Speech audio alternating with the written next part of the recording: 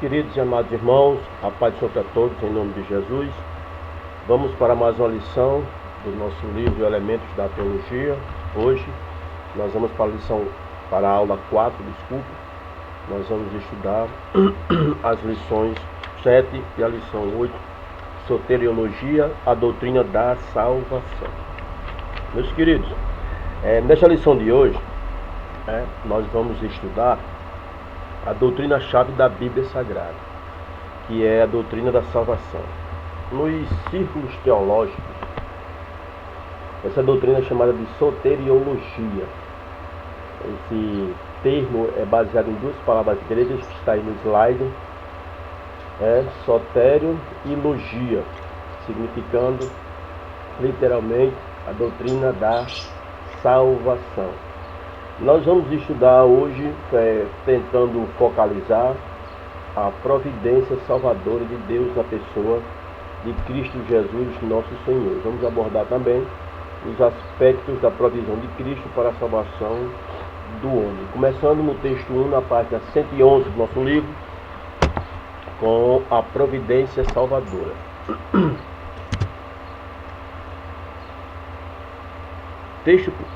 Primeiro texto, página 111, diz o nosso comentarista que fala acerca do pecado do homem. O que é que diz nosso comentarista? Começamos nossos estudos sobre o que a Bíblia ensina a respeito da salvação, explicando quem é que necessita da salvação e também o porquê. Romanos 3 e 23. O que é que diz o apóstolo Paulo na sua carta aos Romanos, a igreja que estava em Roma, no capítulo 3, versículo 23, ele diz assim: porque todos pecaram e destituídos estão da glória de Deus. Então, nós temos aqui a resposta à primeira pergunta: porquê da salvação? Entre os porquês da salvação, nós temos pelo menos 3 porquês. Esses 3 porquês, o primeiro é a depravação total. Como assim depravação total? Baseado neste versículo de Romanos 3, versículo 23, nós temos que a raiz do problema que o homem confronta é a sua própria natureza pecaminosa. Essa natureza, nós estudamos na lição anterior, ela foi herdada de Adão. Nós temos ainda a culpa universal. No Antigo Testamento, vemos que Salomão observou que não havia homem algum que não necessitasse de salvação. Eclesiastes 7:20. E no Novo Testamento, o apóstolo Paulo é quem faz essa observação no mesmo capítulo 3, só que no versículo 10, Paulo diz: como está escrito, não há um justo, nenhum sequer. Então, nós temos aqui a graça de Deus manifesta ao homem de vários aspectos. Nós vamos estudar hoje os tipos de graça existentes na Bíblia Sagrada, mas de forma geral, quem é que necessita de salvação? Quem foi que pecou? Olha os lados. Romanos diz que os gentios pecaram, os judeus pecaram e todos pecaram. Então, quem necessita de salvação? Toda a humanidade. Todos sem distinção alguma. E Deus, ele aprove a ele enviar o seu Filho Jesus Cristo para esse primeiro aspecto. A necessidade que o homem tinha de salvação. Porque todos pecaram. Repito o que Paulo diz no versículo 23 de Romanos 3. Então, Deus providenciou a Cristo Jesus para levar sobre si o nosso pecado. Nós temos ainda na página 111, o nosso comentarista fala acerca da graça de Deus, que é um dos dons, dos temas predominantes em toda a Bíblia, e envolve 2 aspectos. Quais são esses 2 aspectos que envolvem a graça de Deus?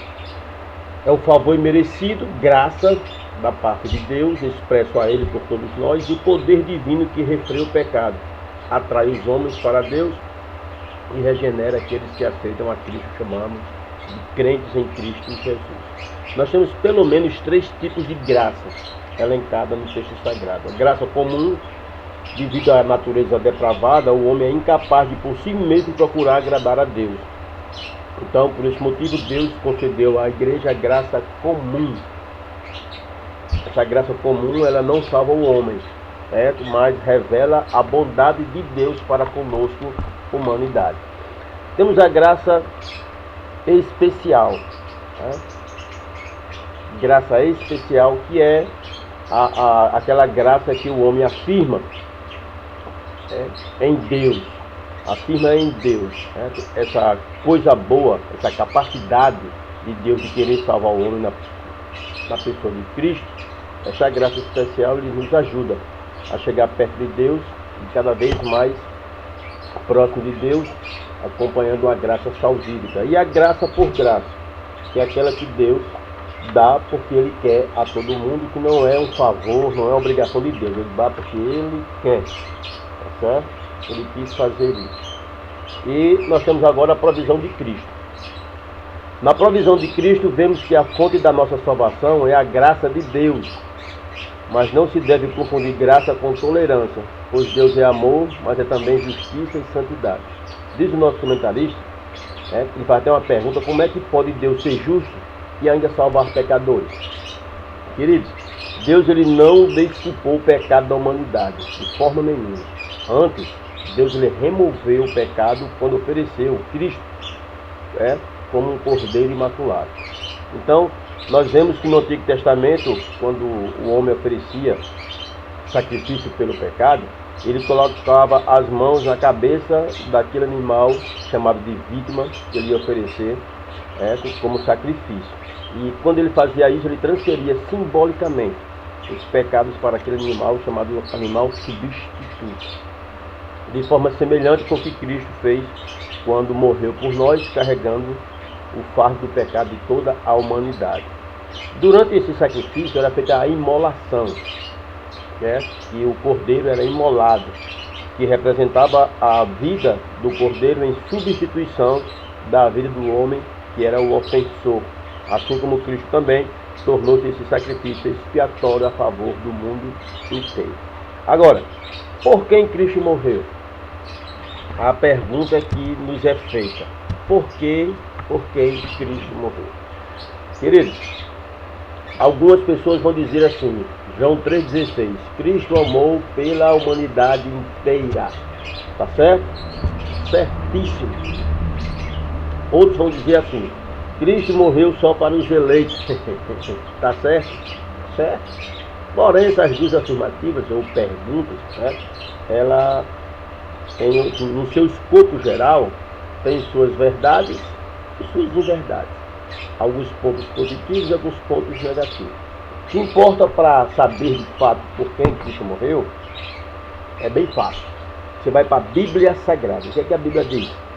Que Deus realmente ele ama o mundo inteiro e fez uma provisão divina pelo mundo. A Bíblia ensina de forma enfática que a redenção de Cristo é suficiente para todos os homens. A provisão divina, agora, esta tem uma característica especial. Por quê? Mas é só para aqueles que nele creem. Cristo morreu pelo mundo inteiro, é uma verdade.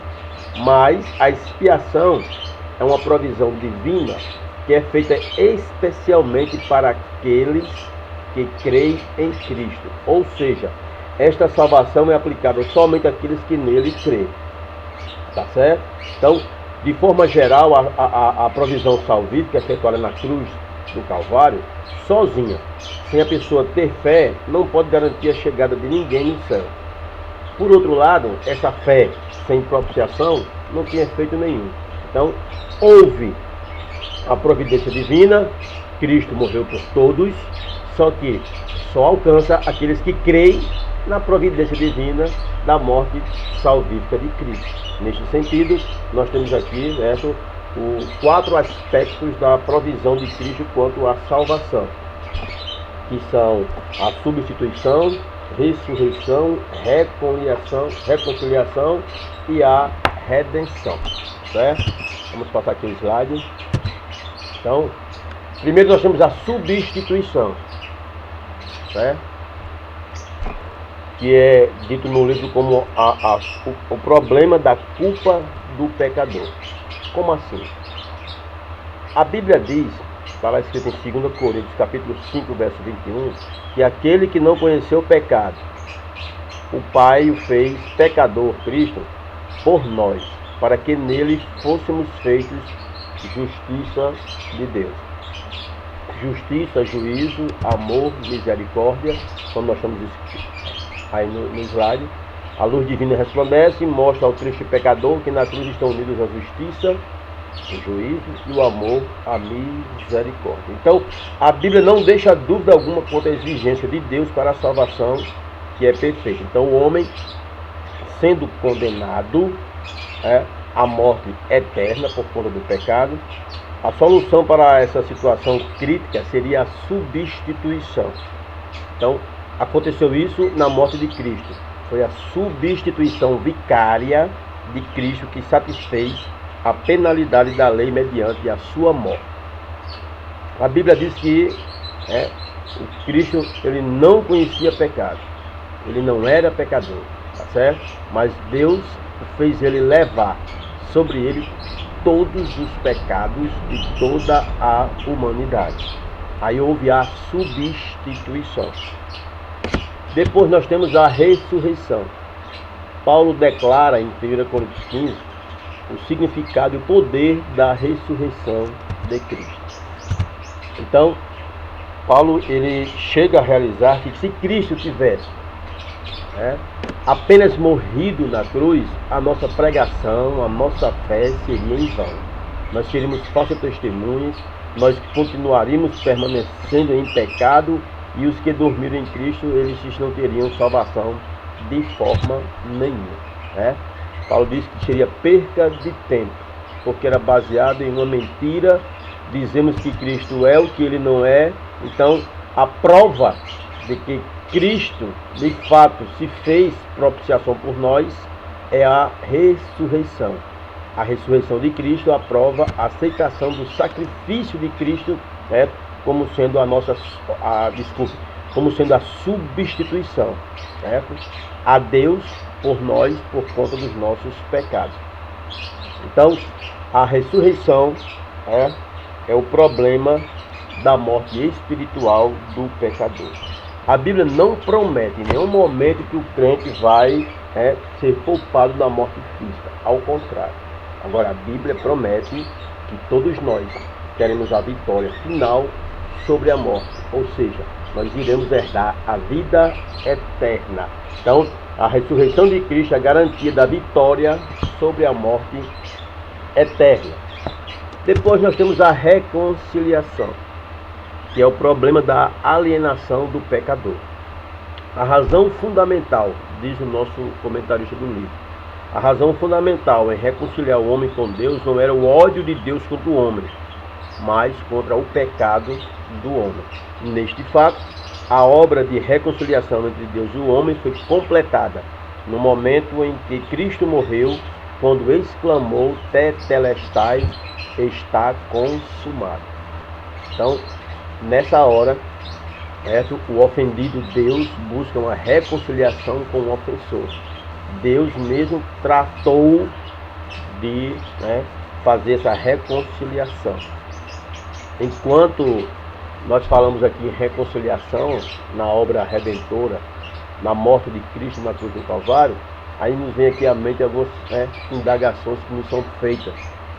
De vez em quando se é perguntado: e aqueles homens, os santos do Antigo Testamento, aqueles que está escrito lá em Hebreus como a galeria dos heróis da fé, aqueles homens, eles foram reconciliados com Deus sem Cristo ter morrido ainda naquela época?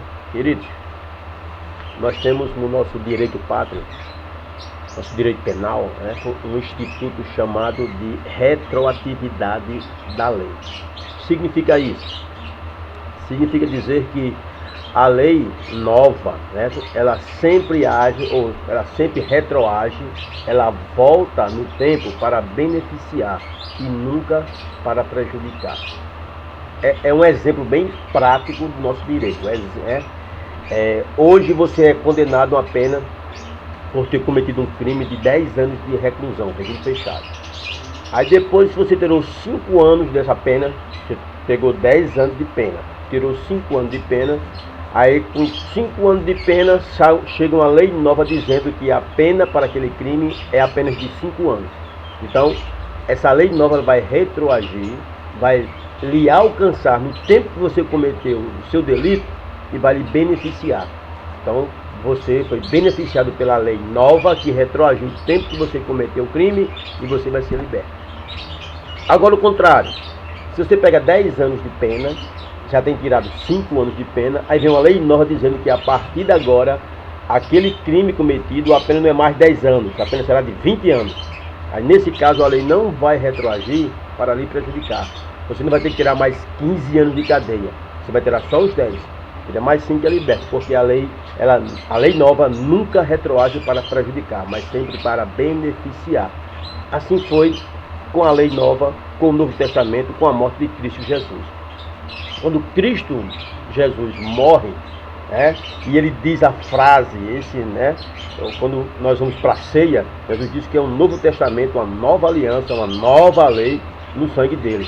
Então, a nova lei, ela retroage. Então, todos os santos homens e mulheres do Antigo Testamento que morreram com fé, agarraram-se na promessa do Messias, do Salvador, de Deus da salvação, a morte de Cristo, ela retroage e alcança todos esses homens e mulheres do Antigo Testamento. Não foi lei antiga, a lei mosaica, que salvou aqueles homens do Antigo Testamento, não. Foi a lei nova, foi o sangue de Cristo na cruz do Calvário. Louvado e engrandecido seja o nome do Senhor. Agora, nós temos ainda a redenção. E a redenção é o problema, a solução para o problema da escravidão do pecador. Porque o conceito central de redenção é libertar alguém pagando preço pelo seu resgate. Literalmente, é quando algum escravo era comprado, as correntes eram quebradas e ele era liberto. Então, a redenção é libertar alguém pagando preço pelo seu resgate. E qual foi o preço da redenção do pecador?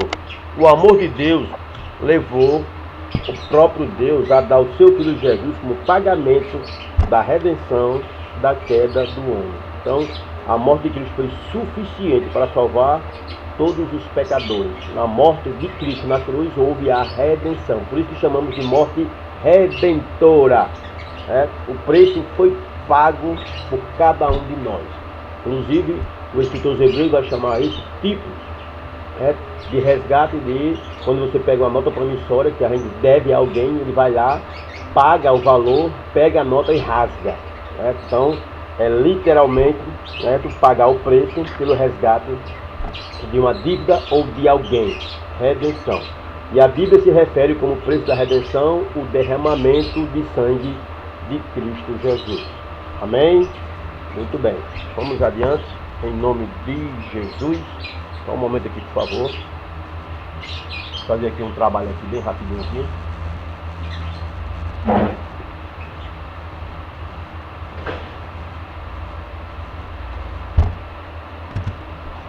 O lado divino da conversão do pecador. Texto 3, página 116. Nós temos aqui a presciência de Deus.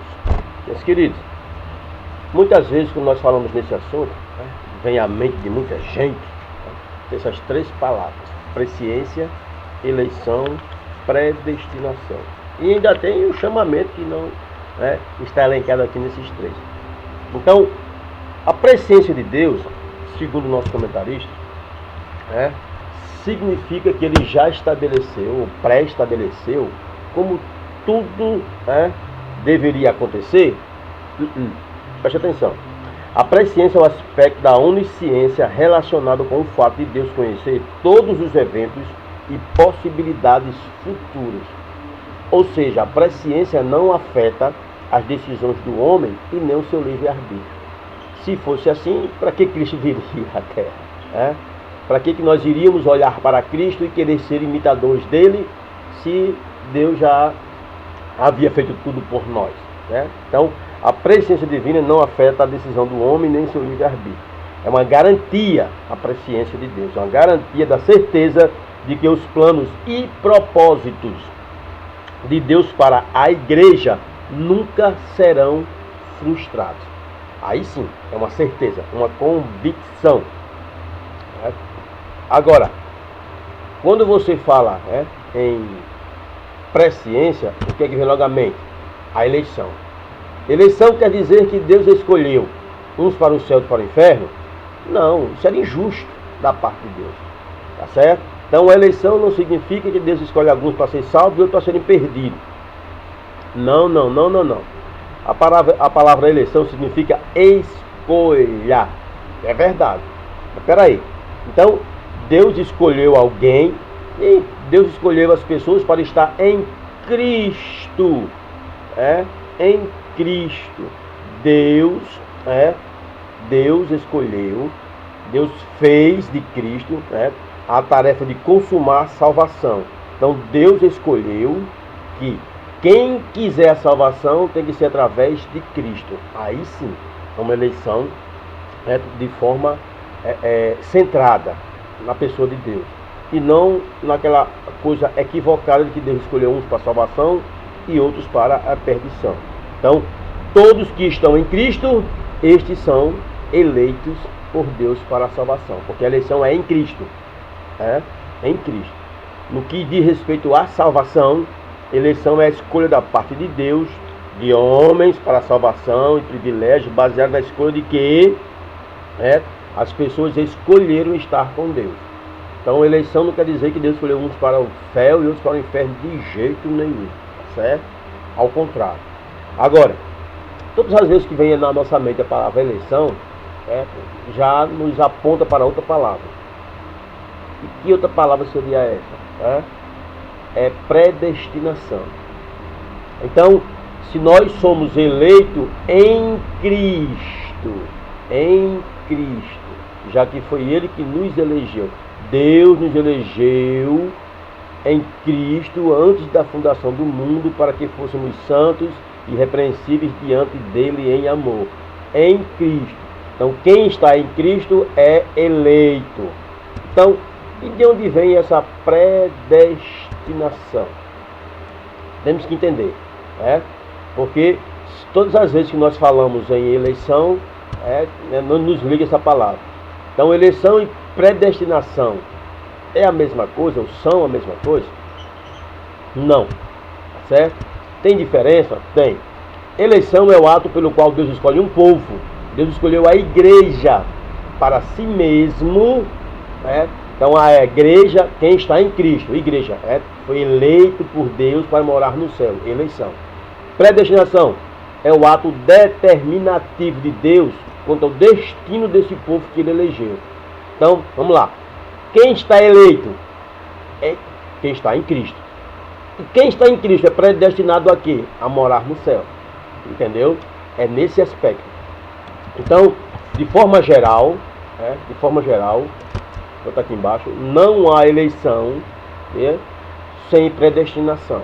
Então, na eleição, há a participação do homem. Se ele quiser estar em Cristo, ele é eleito para morar no céu. Tá certo? Enquanto que na predestinação, há somente a atuação de Deus. Deus predestinou a igreja a morar no céu com ele. Então, a eleição, eu escolho estar em Cristo. Sou eleito. Sou igreja. Predestinação, Deus predestinou a igreja para morar no céu. Então, na eleição, eu tenho a minha participação. Eu posso aceitar e estar em Cristo. A predestinação, eu não tenho o que fazer. Porque Deus já predestinou a igreja a morar no céu. Então, a minha participação é distinta. Na eleição. Na predestinação, não.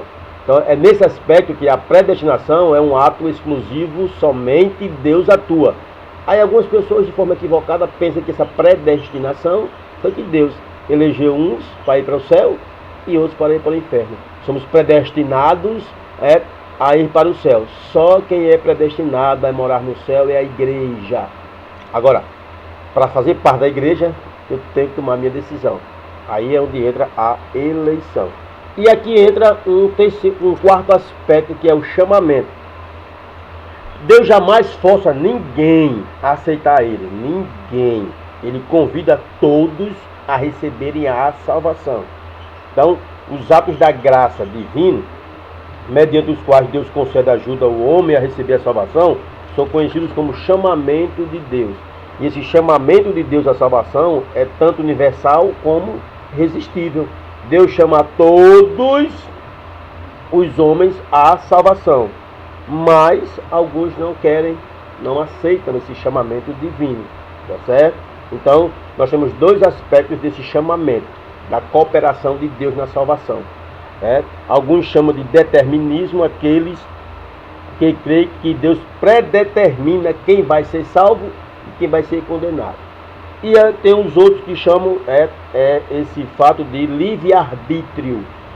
No livre-arbítrio, nós temos aqui Deus, ele na eleição, ele deixou claro que o homem pode querer ser eleito, pode querer ser salvo, tá certo? E nós temos esse livre-arbítrio de Deus para com o homem, que o homem tem um poder de escolha. Ou seja, o homem existe a participação do homem na conversão, na salvação, tá certo? E o que é conversão? O que é conversão?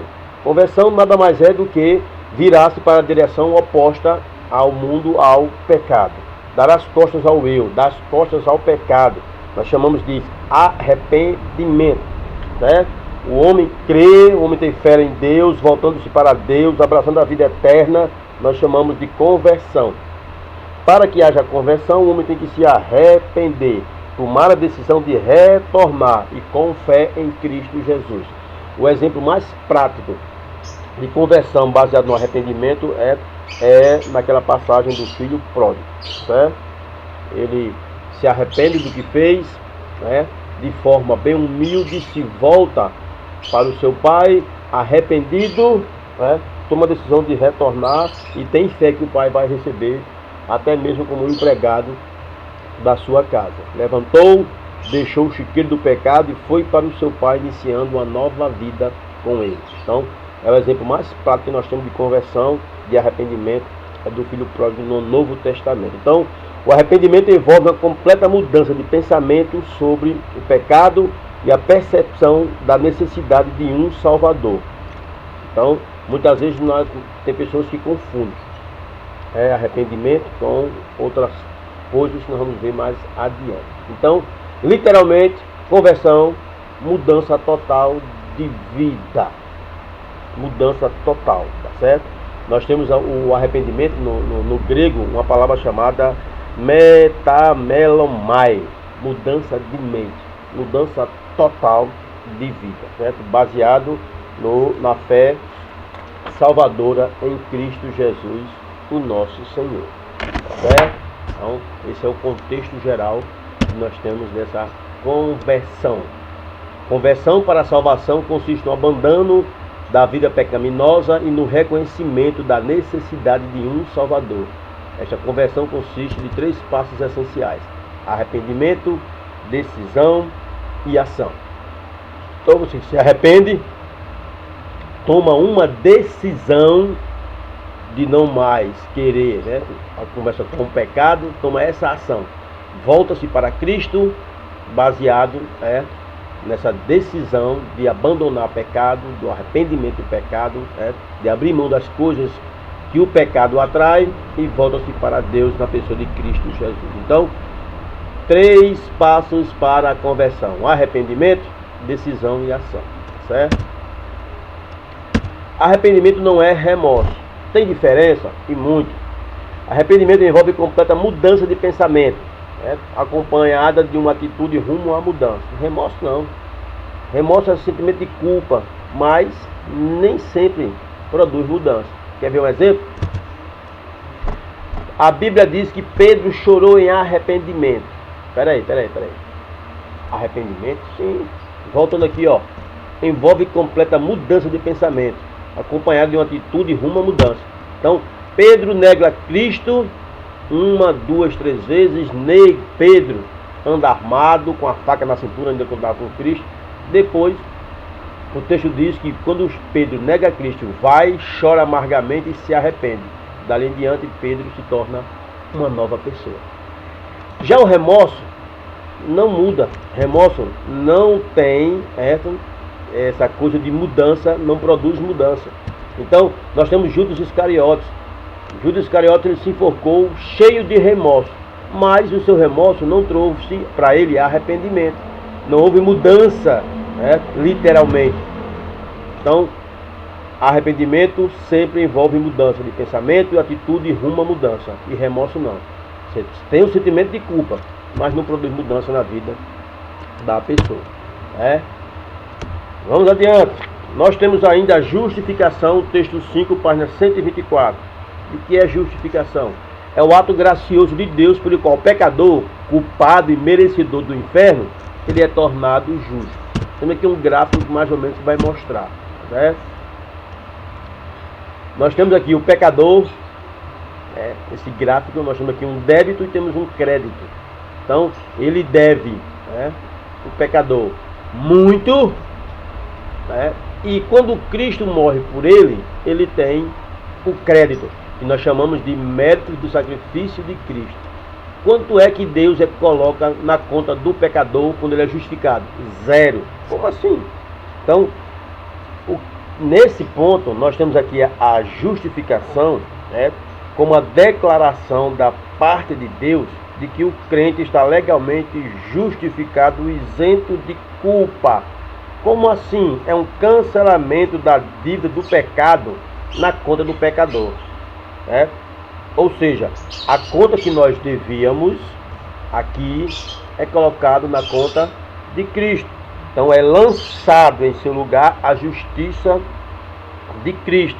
Então, quando nós somos justificados, nós somos por Deus considerados ou declarados isentos de culpa. Nesse aspecto, é o cancelamento da dívida do pecador e o lançamento da justiça em Cristo em sua vida. Quando nós aceitamos a Cristo, pelo sangue derramado por Cristo no Calvário, nós somos justificados. Nós deixamos de ser merecedor da morte do inferno, para ser merecedor da vida eterna com Deus, mediante o sacrifício de Cristo. Tá certo? Então, todas as vezes que falam em justificação, é declaração da parte de Deus que estamos legalmente justificados, isentos de culpa. Deus não olha para nós diretamente. Deus olha para nós através da cruz do Calvário. Olha para a cruz, olha para mim e para você. Nos vê justificado na cruz, no sangue derramado por Cristo Jesus. Certo? Então, literalmente, havendo riscado o escrito de dívida que era contra nós nas suas ordenanças, a qual de alguma maneira nos era contrária, e atirou do meio de nós, gravando-a na cruz, o escrito de dívida que nós tínhamos. Deus agora nos tem isento de culpa, justificados diante de Deus. O nosso comentarista ainda vai falar acerca dessa justificação, em quatro provisão de Deus, quádrupla provisão de Deus para nós, que é a justificação, que nós falamos, aí tem a regeneração, que é a solução do problema do homem natural, espiritualmente morto, incapaz de servir a Deus. O homem precisa mais do que uma nova posição legal, precisa de um novo eu, um novo ser. Aí entra a regeneração. E essa regeneração é um milagre instantâneo. Quando aceitamos a Cristo, nós recebemos uma nova vida e uma nova natureza. E como saber se eu fui de fato regenerado? Pela manifestação dos dons espirituais? Não. É pelo fato de eu ser usado por Deus? Não. É pela manifestação do fruto do Espírito? Sim. Então, saber se alguém foi de fato regenerado no ato da sua conversão é pelos frutos do Espírito manifestados na vida dessa pessoa. Então, se a pessoa mentia, ele não mente mais. Se roubava, não rouba mais. Tem uma vida toda errada de pecado, ele se regenera, transformado numa nova criatura. Tá certo? Lembre-se que o mundo é quem deve dizer que eu e você, que nós somos o verdadeiro cristão. e não nós mesmos. O mundo vai ver baseado nas nossas atitudes, na manifestação do fruto do Espírito em nossas vidas. Pelos frutos se conhece a árvore. Então, pelos frutos é que sabe se nós somos de fato regenerados ou não. Também na quádrupla provisão de Deus, de Cristo, né? Para nós temos também a adoção. Processo pela qual uma criança é trazida e aceita numa família, quando por natureza não teria direito algum de pertencer a essa família. É o mais alto privilégio que o homem pode receber. Então, quando se fala, né, em adoção, vai logo direto, porque Deus, Ele quis, foi da vontade dele enviar seu Filho para morrer por nós, para que nós fôssemos tidos como filhos de Deus por adoção. E por fim, nós temos a santificação. A santificação, ela é posicional e ela é progressiva. Então, o texto de Paulo aos Coríntios vai dizer que a igreja de Deus, que está em Corinto, aos santificados em Cristo, chamados para serem santos, como todos os que em todo lugar invocam o nome do nosso Senhor Jesus, Senhor deles e também de nós. Então, essa santificação, ela é gradativa. Somos regenerados, sim, mas santificação a regeneração é um ato instantâneo. Aceitou a Cristo, regenerado, nova criatura. Mas a santificação, ela é gradativa, paulatina. Todos os dias nós damos um passo, subimos um degrau na nossa santificação. Nós temos ainda advertências e promessas para os crentes, baseado na regeneração. Então, o crente pode perder a salvação? Pode. Baseado em quê? 1 Coríntios 15. Também vos notifico, irmãos, o evangelho que já vos tenho anunciado, o qual também recebeste, no qual também permaneceis, pelo qual também sois salvos, se o retiverdes tal como vos tenho anunciado, se não é que crestes em vão. Nós temos aqui, irmãos, esse pequeno detalhe em relação a perder ou não a salvação, certo? Porque quando nós vemos aqui página 144 do nosso livro, um dos argumentos mais expressivos, mostrando que se pode perder a salvação, é a frequente menção do condicional se com respeito à salvação. Então, nós temos aqui vários textos. Temos João 15,6, Colossenses 1,23, 1 Coríntios 15, 1 e 2, Hebreus, tal.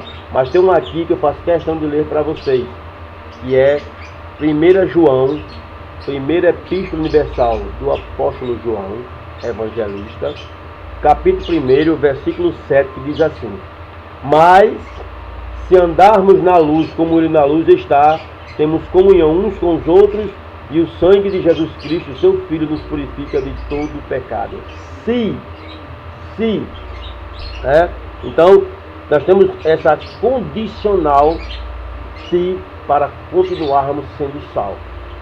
Se você pode perder a salvação, se você não permanecer em Cristo, se não ficarmos, não permanecermos, não estivermos dentro do propósito, dentro da coerência, legislatura que Deus nos dá através da sua palavra. E existe ainda um grande problema, que é a apostasia. Que é apostasia?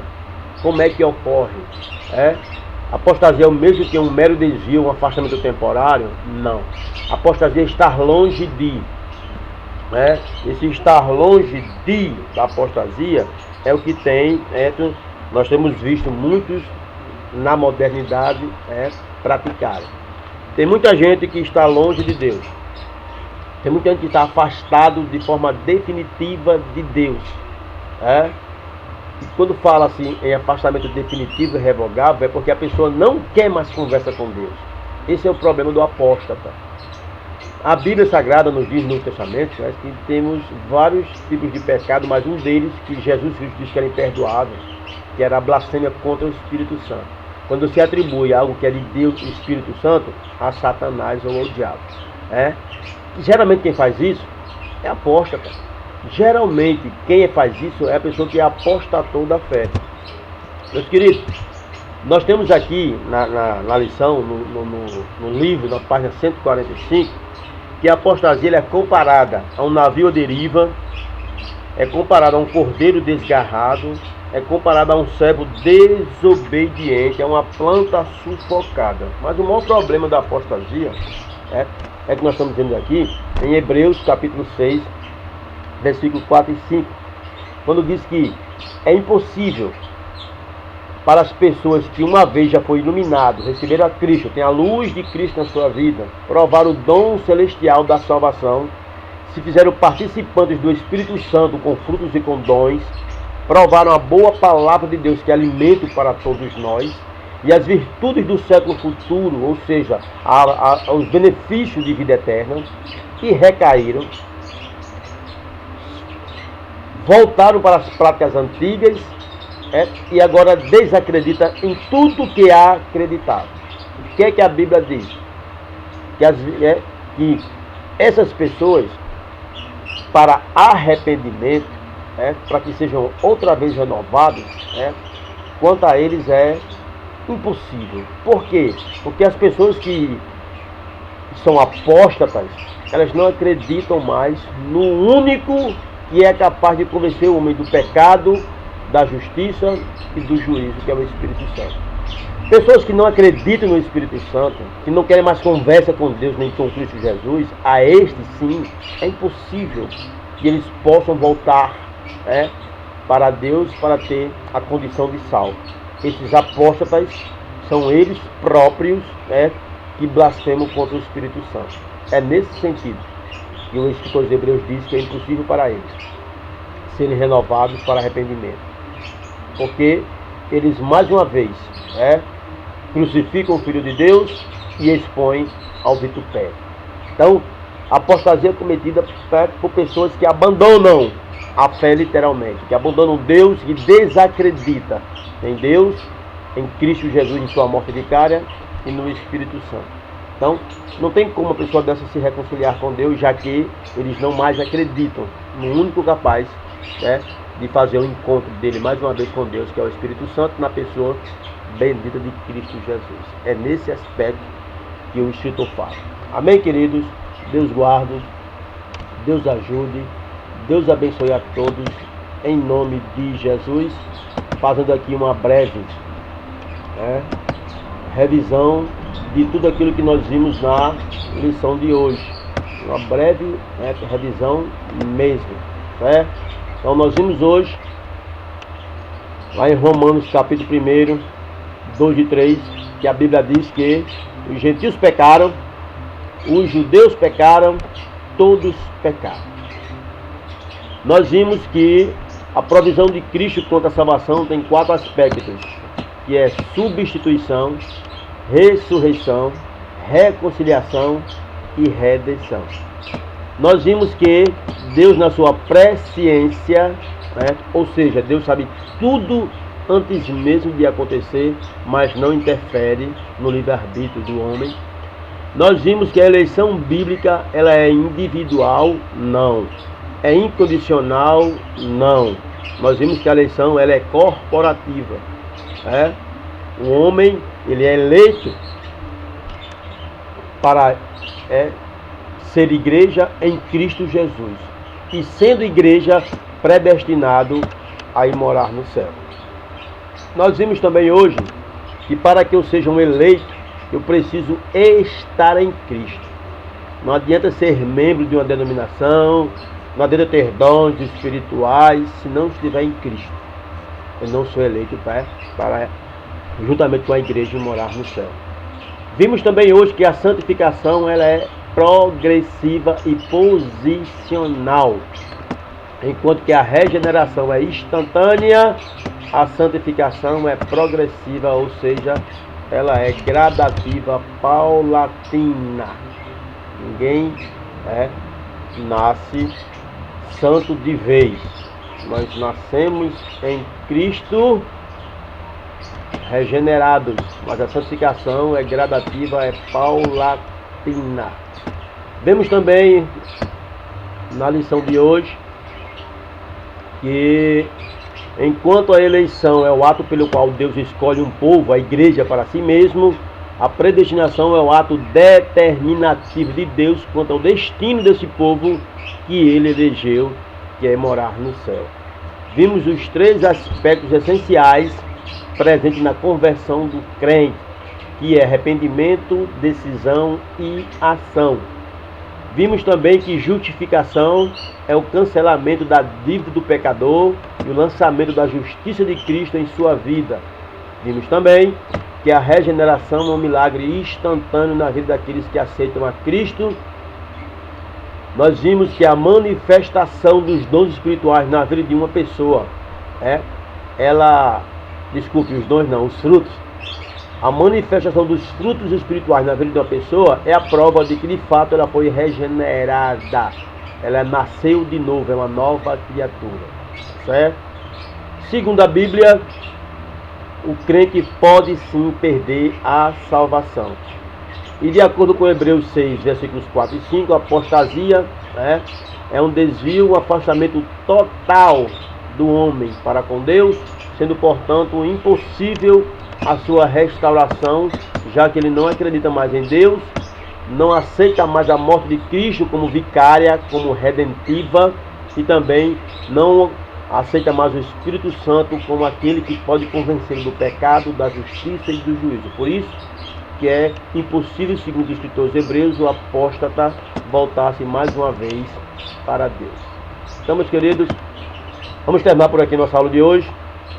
Se Deus quiser, em nome de Jesus, ainda esta semana estaremos com a 5ª aula, com o 5º vídeo, encerrando assim o nosso livro, Elementos da Teologia. Boa aula para vocês, leiam o livro, respondam o questionário, para assim efetuar a prova. Deus em Cristo Jesus guarde todos vocês. Amém? Fiquem todos na paz do Senhor. Tenham um bom dia.